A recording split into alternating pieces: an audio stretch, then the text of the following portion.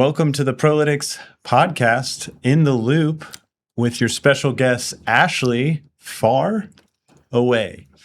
Because Blake and Mike are far away from us, and they chose in the middle of the day, at the end of the day, while you spent just 10 minutes too long at the office. Yes. To come here and be on the podcast. Well, you are willing and able to do many things. That's what I hear. And that's what I see. I try. So welcome, viewers, to the podcast. We have Ashley here today. What do you do here at ProLytX? So we have a software called TestDrive, and I have worked on TestDrive for 8 years. So I do TestDrive. Yeah. Nice. So from an elementary viewpoint, what is TestDrive? Okay. So there at chemical plants and refineries, there's basically a computer that monitors the conditions at the plant. So if the pressure gets too high, shut it down. Temperature gets too high, shut it down. And typically right now, people in the industry will, to verify that that works, will manually simulate it and then go watch the valves actually close. And two of the founders of ProLytX wrote a software to automatically do this testing. And so that's what we do. And I mean, that's pretty simple. They're refineries, so there's a lot of complicated logic that happens. And so we make sure that it works. And if it doesn't work, we give recommendations for how it can work.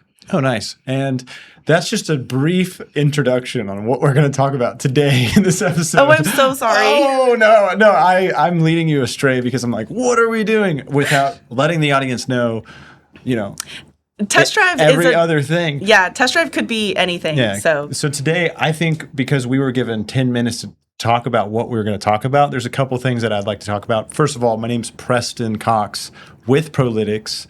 We are an innovative company where we innovate, automate, and transform. And we are going to try to do our best. One thing that I think we could try to do is do our best impersonation of Blake and Mike and what they sound like on this podcast. You can be Mike because you like sports. I do like sports. And I can be Blake because he usually sits in this chair. Okay. Right? Am I right? Yeah. We watch. We're watchers. Yes. And now we're on it. The sports episode was great. Ashley, do you watch our podcast? Ooh. Yes. I watched the sports episode. For everyone in the audience, that's Danielle, the producer of the podcast. And so when this podcast hits 1,000 episodes, she's the one who started it. All thanks to her. Yeah. So what we're going to talk about today is TestDrive and a deeper dive into that and maybe other things that we do. But we did talk about some things today about innovating. And so how that coordinates with TestDrive. And then also maybe one last thing of impersonating Mike and Blake. So you might want to stick around for that while the timer rolls down. All right. So we talked a little bit about TestDrive. Let's get a personal, let's step back and say, what got you into this industry? It was pretty simple. I went to school for chemical engineering, and I was kind of doing interviews after school. In high school, I liked programming, so I tried to get a minor in computer science, but I didn't like doing the full minor for computer science. I liked the basic level programming, not some of the higher level like computer memory courses and stuff like that. So I liked programming a little bit, and I liked chemical engineering mostly. And then when I was doing my interviews, I found out about ProLytX. They told me what TestDrive does, which sounded like a perfect blend of the two things that I liked. And we kind of just ran with it, and it's worked out really well. They're 8 years in the running. 8 years later. I was at a site, and they mentioned your name. They're like, she does all of our TestDrive. She's the best. And so it's pretty cool to go see, because nobody knows this except for a select few, but we are cubicle mates, where she's my neighbor. She's my neighbor. And so I've got her functional safety on one side and then P&ID conversions on the other. So I get a whole bunch of... You get everything. What is it called? Crossfire air when I'm on a meeting, and there's a lot of meetings going on. So that's awesome. That did you go to deep in the heart of Texas? Where did you go to school? I went to Texas A&M. Gig 'em. Gig 'em. Howdy, y'all. Howdy. Is that what we say? We say howdy. Yeah. Yep. It makes the friendliest college in the country. Because because you say howdy? because you've given everybody a word, and so if you see anyone on campus, you can say howdy, and you just have that instant bond. So it's like the Chick-fil-A of universities. Yes. So whenever you can easily That's why it's out Blake's anybody because you're like, if you open the door and they say, my pleasure, thank you, my pleasure, Chick-fil-A. Yes. So if you walk in a room and you're like, howdy, we will now know out there, this is like common because there's a lot of Aggies in the industry. There are a lot of, and I mean, howdy's natural. You just go, howdy, everyone. Well, for a foreigner who's coming in to watch the World Cup, they'll be like, that's Texas. Howdy. They say howdy. They're going to go back and say howdy. But little did they know, it's actually an Aggie thing. Yes. Yeah, that's cool. So lots of people, yes.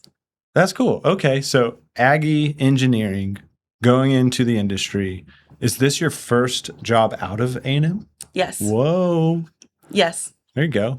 So it's worked out. It's been great. Mm-hmm. So would you say you're like the champion of test drive?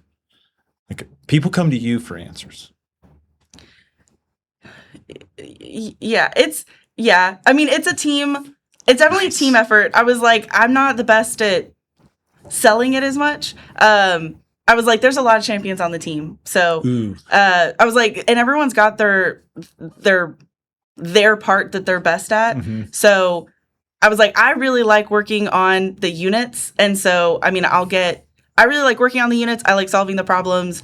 And so that's when, for the clients that I work with, we have a good relationship on how to fix their problems. Mm-hmm. But I was like, that's just because on our projects, they're very independent, mm-hmm. but every member of our team does that for their client. Mm-hmm. So it's a pretty common, you happen to talk to my clients, which I appreciate, but yeah. I was like, that's a pretty common response to anyone who's worked on our team. Okay, that's cool. Because I mean, that's good to know that we are a team and it's not like, isolated, independent, where our functional safety team seems to be like a good bounce off the idea block where we're going to work together to help the whole industry test better. Yes. Yeah. Yeah. And we help each other test better. And so I tell the team all the time,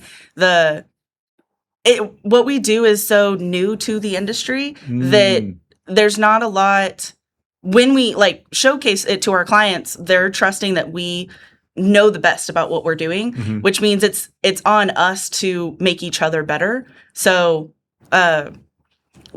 what is it? The sharpening sharpens. Oh, iron sharpens iron. That's it. The think tank. The knowledge share. Yes. Iron sharpens iron. So that's what our team is. So I was like, am I a champion of test drive? Yes, but each person on our team is a champion. That's right, because we are the champions. Yes, my friends.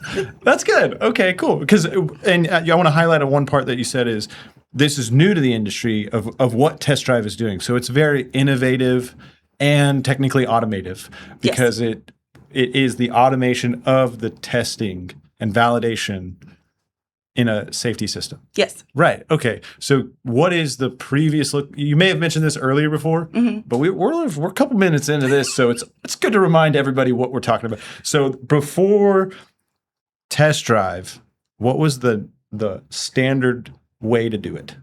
The standard way to do it is you print out your design documents and you get a highlighter and you like a physical highlighter. A physical highlighter, and you physically type into the computer, this temperature is going to go 10 degrees over what it should be. And then you watch all of the valves close and then you highlight. That worked as it should have. So I'm holding back from saying a lot of jokes, and that's just my nature. So they would send a guy out there and they would watch all of the valves open and close. Okay, sorry. There's two levels. So there is when you first make the program, mm-hmm. you're still in an office setting. Okay. And so in the office, to prove that the programmer programmed it correctly, mm-hmm. you would just have a bunch of people sitting around a computer and watch it. And then it's a safety system and it requires periodic testing. And so every turnaround, you have to do the same thing. And now it's running in the field. And at that point, yes, you would send somebody out into the field. You're talking on walkie-talkies that you have somebody who pressurized the transmitter to get it up to the trip point. Yep. And then you have somebody else in the field watching the valves and they're talking over walkie-talkie. So that's very critical and things could pop and explode. Yes. So you've got it's in a very critical point during the turnaround. It has to happen last because everything else needs to have been fixed, all of the maintenance done, everything reconnected and wired correctly. And then now you have a bunch of people who have to talk over walkie-talkies. And of course, at that point, that's also when this is the last thing you have to do before you start back up, which means everything's going to go over schedule. Whatever's last is going to get pressure. So now you're putting pressure on the people doing the safety testing. Yeah. Hurry up. Hurry up. But you are the most critical path. Yes. Like you're the last gate. And if you don't do it right, later on, problems will happen. So there's a lot of pressure from everyone. Get this turnaround done. Yeah. And everyone knows that it is safety related, so it is important, but it's human nature. You can't help but just be stressed. I'm the deadline. I'm cramming. I'm making sure this happens. And then with cramming comes mistakes with walkie-talkies, because sometimes those things are not, I'm not going to get into that, but it's like. Exactly. You hear me? Okay, good. Yeah, he said he was good. So it's critical. And so and that probably takes what, a week, 2 weeks just to get that final stage done? Sometimes, they'll reduce the testing to try and make it, a few days to a week. Okay, but our program, Test Drive with ProLytX, chops that down. It completely takes that testing out of your turnaround, and you can do all of that, have all of your important conversations in the summertime when nobody's during turnaround. Okay, so it deletes the step. Yeah. Deletes the manual. Yeah, I just want to get to that joke. It deletes. Well, and what? It deletes the test. So you don't have to do that, but it is still important that you check everything and that your wiring has been complete. But now your final checks are focused on the most important part, which is the hardware. The part that doesn't need to be tested then is pulled out, and you can focus your efforts where it matters most. Okay. On wiring. Yeah, and we typically reduce a lot of time in this process. I was just walking down the hall today, and they said, "Oh, we just shaved 8 days off of this certain site's procedure." Yes. Which is a lot, right? Yeah. I worked on one site in particular, and because of how we do the test, it can be very, it's an automated test, and so we set it up, it runs overnight. I've got one test I've got quite a few that are over 24 hours long. I'd say our average is about an 8 to 10 hour test to test your whole unit. So this one was 24 hours. Let it run overnight. They have a clean report. And he said that he was able to shave, it was 4 days of a day shift and a night shift that they no longer have to do because they can accept this report. And not only in that moment, that time, but in perpetuity, big word, every time it happens. Yes. Yeah, I did that test, 5 years ago, and it's been running fine ever since. Wow. And the report has been fine because they're not making changes to their SIS. Yeah. That's the value proposition. You said you couldn't sell this, but you're selling this right now. What are you doing here? And so that's really good. So they can do value. You can remove the testing, do it isolated, and really focus on the most critical path of your plant and run it in segments. You can test in segments. So you can test just one sequence or one, you call them a template. And so, you can test a template at a time or even further down and get into it. That's really cool. Okay. That's cool. That's very innovative. Yes. And so you listened to a speech today by someone in ProLytX, and you were saying that I asked you about it, and you're like, it's all about deleting stuff. Delete. Just smash the delete button. So tell me more about is there any takeaways other than delete? Can you remember the 5 steps, or what did you take away that you might bring to the team and say, wow? Yeah, I really liked the. So one of the steps, I think it was it 2 or 3? That was, you have your process, and the goal is to make the process faster, more efficient, and so you want to delete. And so one way is you have your process, you delete one step at a time. Delete the step. Does the process still work? If it doesn't, put the step back. If it does, well, then you didn't need to be doing it. So, and there was another part of the presentation that was talking about the constraints create creativity. And so when you delete a step, that gives you constraints. And then within those constraints, you're creative to have a different solution. And then you can innovate within those constraints and make your process better. And so that was my big takeaway was I want to delete what is pointless in our process. Yeah, and yeah, because you've got everybody looks at the main process, but there's other processes that support. And so can you delete that? For instance, with TestDrive, we deleted the go out and watch and highlight. We deleted the paper. Yes. We are no longer Office fans. Michael Scott I'm out so of the sorry. picture. Dwight Schrute, We put them out of work. we put him out of work. That's why the show canceled. Yes. But just They sell printers now. They're fine. oh, that's good. Yeah, That is true. That's in the paper. Yeah. Yes. Yeah. So that's really so innovating, deleting, and constraints create it. Where this is kind of meta, but a constraint of ours today was our typical hosts, Blake and Mike, said for some, from very justifiable reason left, putting the constraint on the podcast, can we innovate? And we did. And we did. I think it was a great creative solution. Yeah, I think so. And I think there's I think that's a good way to crescendo out of this. I wanted to mention that you're the headliner in the process of the test drive where you're the last in line. And so the show is the biggest important thing. And so kind of like this podcast, we've had 22, 24 episodes in that range. And, if we finally bring on Ashley for a second time, right? First time. First time. You were in the room as like a mock podcast. I remember there was Yes. that's what it was. Yeah, that's what it was. Okay. Ooh, so that's in like behind the paywall and deleted forever because we deleted it. It's been deleted. And so with that and an ode to the innovation, we have to, my question for you. Yes. You're going to be Mike. I'm going to give you a question. I'm Blake.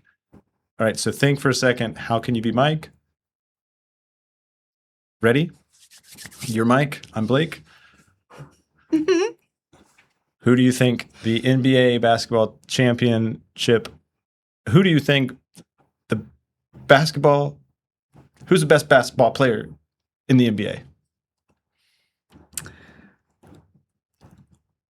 Well,